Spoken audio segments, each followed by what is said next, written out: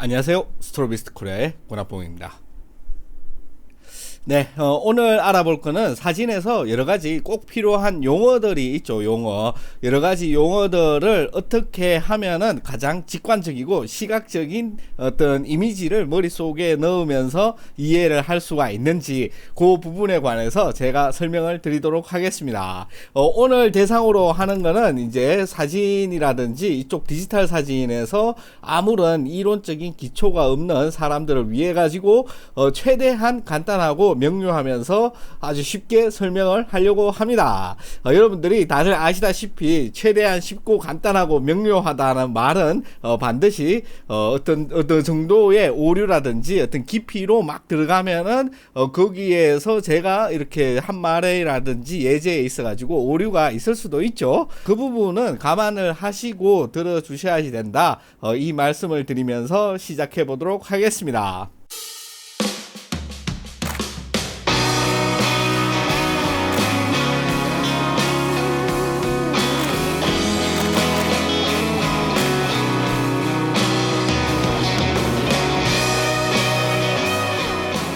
오늘 알아볼 내용은 이제 색 공간이라는 거를 한번 알아보고, 영어로 했을 때는 이제 컬러 스페이스, 그리고 컬러 게뭇이라는 게 따로 있죠. 우리말로 번역하면은 색역이라는데 그게 뭔지 그거를 한번 알아보도록 하겠습니다. 그리고 나서 우리말로 하면은 뭐 미술이라든지 뭐 이쪽을 공부했다면은 개조라는 말이 조금 더 쉬울 거고, 아마 어떤 컴퓨터나 뭐 이쪽으로 공부를 하셨다면은 뭐 비트 심도 이렇게 말하는 게 조금 더 와닿을 수도 있을 것 같습니다. 아무튼 이런 비트 심도가 가지고 오는 개조에 관해서 한번 알아보도록 하고, 그 다음으로는 이제 콘트라스트라는 말이 있죠. 우리말로 하면 대비죠. 대비. 이 콘트라스트, 그리고 나서 마지막으로 다이나믹 레인지가 무슨 말을 하는 건지 한번 알아보도록 하겠습니다. 우선 제가 준비한 이제 슬라이드가 있는데 이거를 보면서 말씀드리도록 할게요. 보시면은 아주 쉽게 제가 두 가지 컬러 스페이스를 만들어 놨어요. 하나는 익숙한 RGB고 하나는 이제 CMY죠. CMY인데 우리가 보통 여기에서 이제 K 블랙을 붙여 가지고 이제 CMYK라고 많이 부르는데, RGB는 아시다시피 이게 이제 빛으로 만든 거고, CMY는 잉크 또는 물감 같은 거를 만들어 놓은 색 공간이라고 하시면 좋을 것 같습니다. 그래서 가장 큰 특징은 뭐냐 이러면은 이 빛들이 모두 100%를 발광했을 때 얘는 이제 완전한 화이트가 되고, 그리고 아무런 빛이 나오지 않으면은 당연히 블랙이 되겠죠. 이렇게 작동을 하는데 이 RGB는 빛을 만들어내거나 빛에 관계되어 있는 모든 것들이 대부분 이 RGB 색 공간을 가지고 있습니다. 또 다른 하나는 흔히 인쇄 매체에서 가장 많이 사용하는 거고, 우리가 이제 인쇄를 했을 때 그 중에서 가장 기본적인 옵셋 인쇄가 이제 CMYK로 되어 있죠. K는 이제 명도값을 따로 가기 때문에 그거는 빼놓고 일단 CMY로 친다면은 모든 물감을 전부 다 짜놔가지고 섞으면은 완전히 블랙이 돼요. 이론적으로 완전히 블랙이 되고, 아무런 물감을 섞지를 않았다 이러면은 화이트가 되겠죠. 이 화이트는 미디어, 그러니까는 종이 같은 미디어의 밝기가 이제 100% 밝기가 되는 이런 색 공간입니다. 그래서 색 공간을 어떻게 한마디로 딱 정의를 할 수 있느냐 이러면은 색 공간은 색을 만드는 재료, 어떤 재료로 만드느냐 거기에 따라 가지고 우리는 이게 RGB 색 공간이다, 뭐 CMY 색 공간이다, 뭐 LAB다 이렇게 부르는데, 우리가 알고 있는 이런 빛이라든지 어떤 물감 같이 이렇게 손에 잡히는 이런 것들도 있지만은 이것보다 조금 더 정확하고 뭐랄까 객관적인 어떤 그런 것을 만들기 위해서 수학을 기반으로 만들어 놓은 색 공간이 또 따로 있어요. 이런 색 공간들 같은 경우에는 뭐 HSB라든지 뭐 HSL이나 뭐 HSV 뭐 이런 식으로 불리기도 하죠. 물론 이 그래프의 모양이 조금 바뀌기 때문에 그런데, 아무튼 이런 것도 있고, 그 다음에 LAB 색 공간도 있습니다. 뭐 이런 것도 있는데, 이거를 제가 제가 이제 하려고 만들다가 보니까는 난이도가 너무 올라가가지고 이런 게 있구나 이렇게 알고 넘어가시면 돼요. 그래서 디지털 사진에서 가장 중요한 게 뭐냐 이러면은 색 공간이라는 거는 이 색을 어떻게 만들었는지 어떤 재료를 이용해서 만들었는지에 따라 가지고 이게 빛으로 만들었으면 RGB다 이렇게 이해를 하시면 됩니다. 그런데 자, 이 컬러 게머시라는 게 있죠. 이 색역이라는 게 있습니다.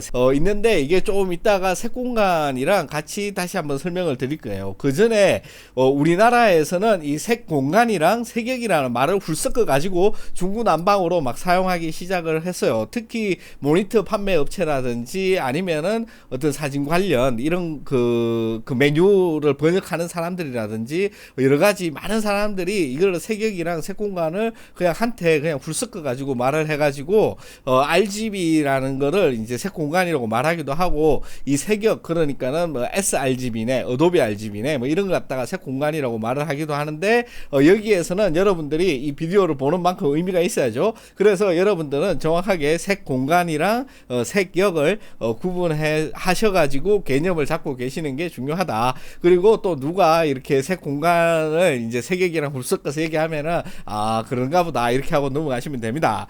아무튼 이 색역이라는 것은 무슨 말이냐 이러면은 얼마만큼 진한 색상을 표현하느냐 그게 색이에요. 그래서 여러분들이 보시는 대로 만약에 이쪽에 게 이제 어도비 RGB다 이러면은 요쪽에 있는 거는 이제 sRGB다 뭐 이렇게 예를 들어 놓은 거예요. 이게 정확하게 이렇게 한 게 아니라 이해를 돕기 위해서. 그래서 색역이 넓은 이런 것은 훨씬 더 진한 색상을 보여주죠. 여기 보이는 파란색 이것과 여기 보이는 이 파란색의 색의 진하기가 다르잖아요. 우리는 이거는 이제 채도라고 하는데 색역은 여러분들이 그냥 채도를 얼마만큼 진하게 표현할 수 있는가를 그 바운더리 그 한계점을 이렇게 지정해 놓은 거라고 생각하시면 돼요. 어도비 RGB는 어도비라는 회사가 1998년에 딱 정해가지고 우리는 요 정도 색 진하기 최고 색 진하기를 어도비 RGB로 정한다. 이렇게 해놓은 거고 sRGB는 이제 스탠다드 RGB죠.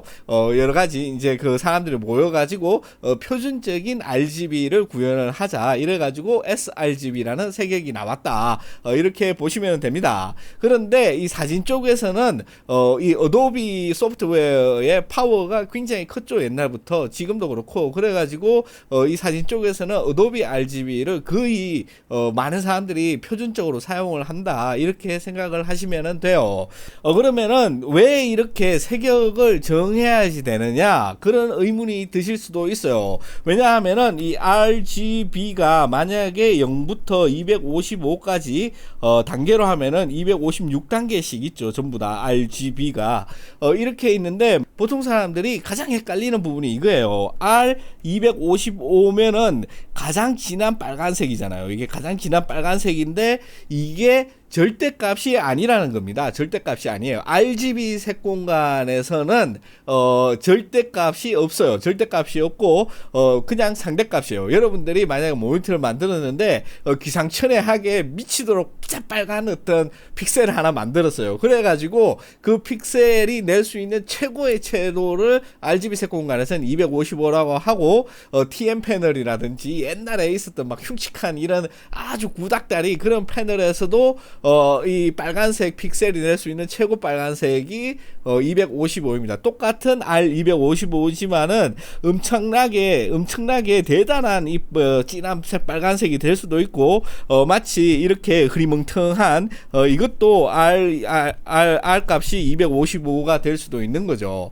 그렇기 때문에 RGB라는 색 공간에서 뭔가 컬러 작업을 할 때는 내가 정확하게 R255가 낼 수 있는 이상적인 빨간색을 무엇이다 얼마만큼 빨개야지 이게 R255라는 거를 정해 놓을 수 있는 바운다리가 필요한 거예요. 그래 가지고 정해 놓은 것들이 색역이라고 하면은 됩니다. 그래서 결론적으로 어도비 RGB의 R255가 sRGB의 R255보다 훨씬 더 빨갛게 보인다 이렇게 생각을 하시면 됩니다. 색역이 넓으면 넓을수록 채도가 진하게 보여줄 수가 있고, 색역이 좁으면 좁을수록 이 채도가 낮아진다. 이렇게 대충 이해를 하시면은 거의 정확한 거예요. 다음으로 이제 비트 심도가 있죠. 비트 심도. 그러니까 우리말로 하면은 개조가 될 수가 있고 비트 심도라는 게 있습니다. 옆에 그림을 보시면은 다들 아시겠지만은 이렇게 비트 심도가 얘는 4비트고 얘는 8비트잖아요.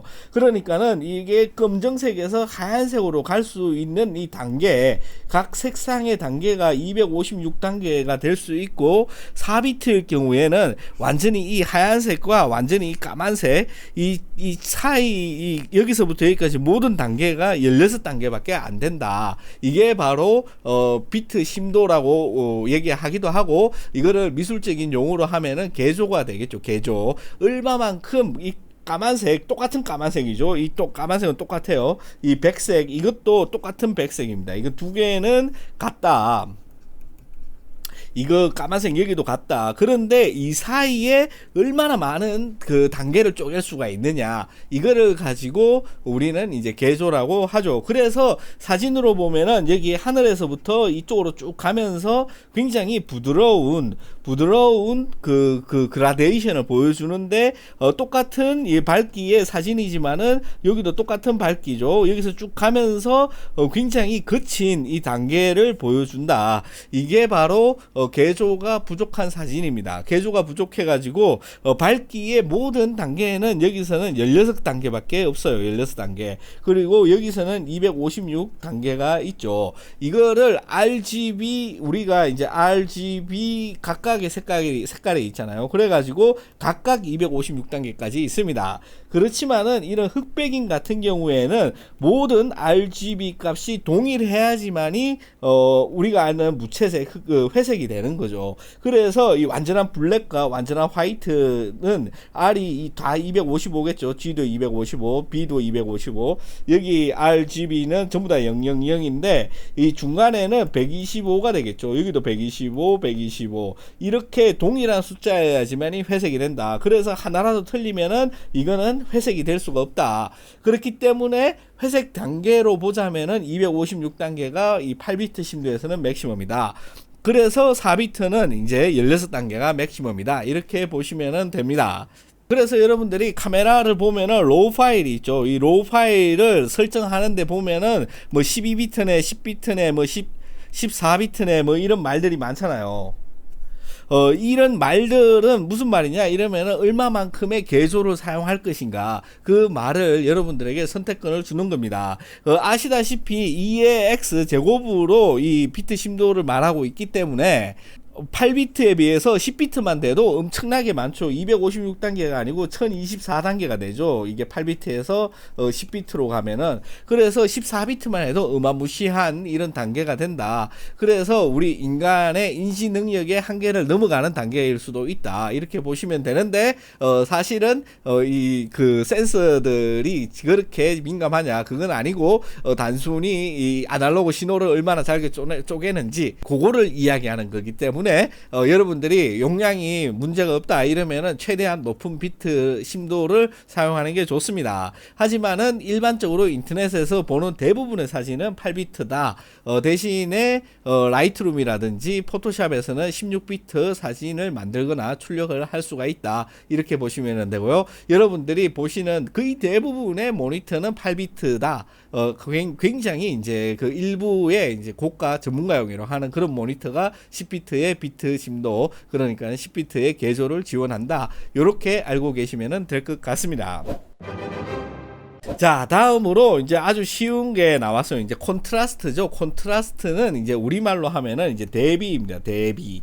얼마만큼 밝고 어두움의 차이가 있느냐. 여기서 보시면은 이게 굉장히 완전히 흰색이죠. 흰색이고 이거는 완전히 금정입니다. 금정. 완전한 블랙. 그래서 이 흰색과 금정 사이에 얼마만큼의 밝기 차이가 있느냐. 이거를 우리는 이제 콘트라스트라고 하는 거죠. 그래서 옆에 이제 샘플 샘플로 나온 이 사진 같은 경우에는 가장 밝은 것도 우리가 봤을 때는 그냥 밝은 회색처럼 보이고, 가장 어두운 검정이어야 되는 것도 그냥 어두운 회색처럼 보이죠. 이렇게 여기서부터 여기까지 개조의 단계는 256단계로 동일합니다. 여기도 256단계로 동일하지만은, 예를 들어서 하는 얘기예요. 동일하지만은 이런 콘트라스트가 적다, 콘트라스트가 낮다, 이런 말은 보시는 것과 같이 이런 결과물의 사진이 된다, 그렇게 보시면 돼요. 그래서 우리가 콘트라스트라고 했을 때는 다른 건 다 필요 없고 단지 가장 어두운 것과 가장 밝은 것의 차이만을 말을 하는 겁니다.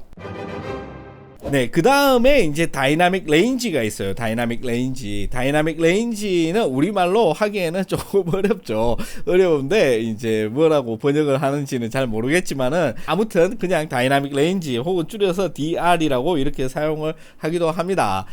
사진이라든지 이런 카메라 같은 경우에는 주로 EV라든지 익스포즈 밸류죠. 아니면은 스탑을 많이 사용합니다. 스탑 혹은 스텝 뭐 이런 식으로 많이 쓰는데, 이거는 사진에서 사용하는 빛의 양이 2배로 올라가든지 2배로 줄어드는 그런 것을 말을 하는 거예요. 이거는 이제 나중에 익숙해지면은 아시면 되고, 아무튼 이 다이나믹 레인지나 무슨 말이냐 하면은, 우리가 이 사진을 찍을 때 자연계에서는 이렇게 최고 밝은 것과 최고 어두운 것들이 있어요. 그런데 우리가 이 카메라가 취할 수 있는 최대 밝기 값은 여기서부터 최고 어두운 거는 여기까지밖에 안 된다, 이 말이에요. 무슨 말이냐 이러면은, 이 값보다 더 밝은 거는 사진에서 완전한 흰색으로 표현이 된다. 이 값보다 더 어두운 거는 완전한 검정으로 완전한 어두움으로 표현이 된다. 이렇게 보시면 돼요.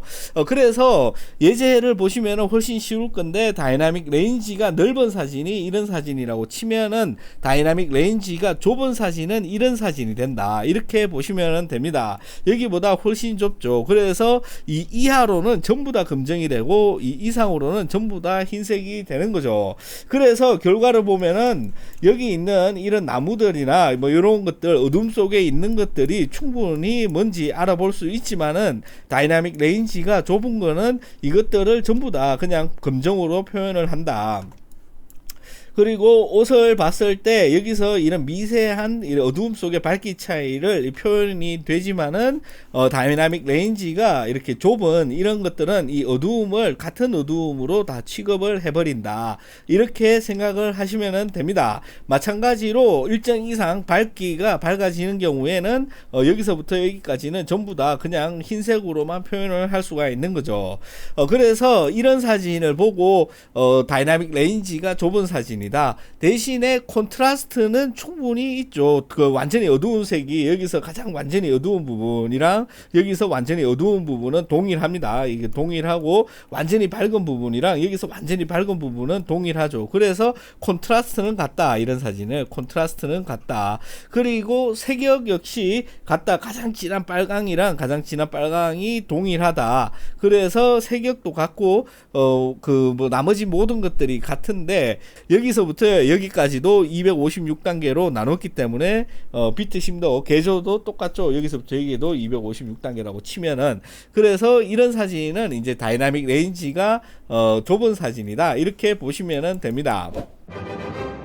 네, 이렇게 우리가 디지털 사진을 했을 때 필수적으로 사용하고 아주 많이 쓰는 이런 용어들에 대해서 간단하게 아주 쉽게 알아봤습니다. 어떻게 이제 이런 용어들은 이제 헷갈리지 마시고 이런 그림을 머릿속에 딱 넣어 두시고, 어떤 설명을 했을 때 이런 얘기를 하는구나, 이런 얘기를 했었구나, 이렇게 알아들으시면은 앞으로도 훨씬 더 빨리 여러분들의 사진이 나아질 수가 있을 것 같아요. 네, 그러면은 이렇게 오늘도 시청해 주신 여러분들께 진심으로 감사드립니다. 고맙습니다.